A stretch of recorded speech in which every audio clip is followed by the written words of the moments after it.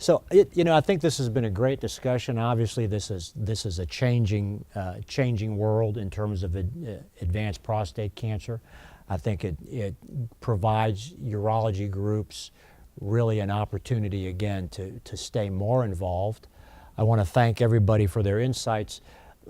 Just one last clinical question. So in a perfect world, so if you weren't being hindered by budgets and regulatory and the FDA and saying, no, you can't do that, Dan, if you could design a trial, or if you could say, what would be the perfect trial that I would want to look at in terms of a prostate cancer patient? What are the things that the urologists, where they'd be most interested? Where would you start?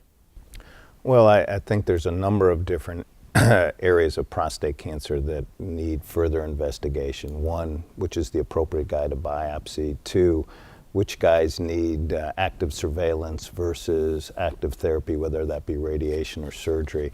And then the third area, which would probably be easier to design a trial for, would be who and when do we manage the guy who's failed local therapy, and what are the products that we want to use in this therapy? Are we going to use androgen deprivation therapy? Are we going to use one of the newer biosynthesis inhibitor or androgen receptor signaling inhibitors in those areas? And so I'd like to see further research in those areas. Bryan? Well, in a perfect world, we'll come up with a treatment that'll cure prostate cancer. But short of that, I think it's an exciting time. I mean, we're going to be able to use all these different mechanisms of action and figure out the sequencing. And, I don't know a specific trial that I would propose, but I think we're going to try and move all of these therapies earlier in that disease continuum again. And it's going to be an exciting time of managing prostate cancers and helping these men live longer.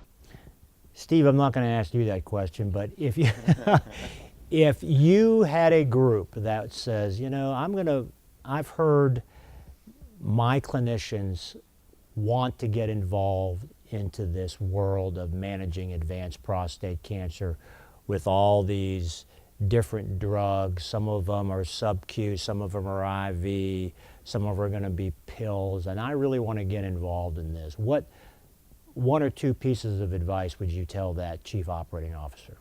Well, I think they've got to understand, obviously, the purchasing cost if you're buying the item, and you've got to understand the reimbursement mechanism on how it's going to impact that practice if you're just looking at the business side of the equation. And then begin, if your doctors are going to put that in place, you've got to write policies and procedures, educate the staff so it's followed the same way every time, and no mistakes are made in the process.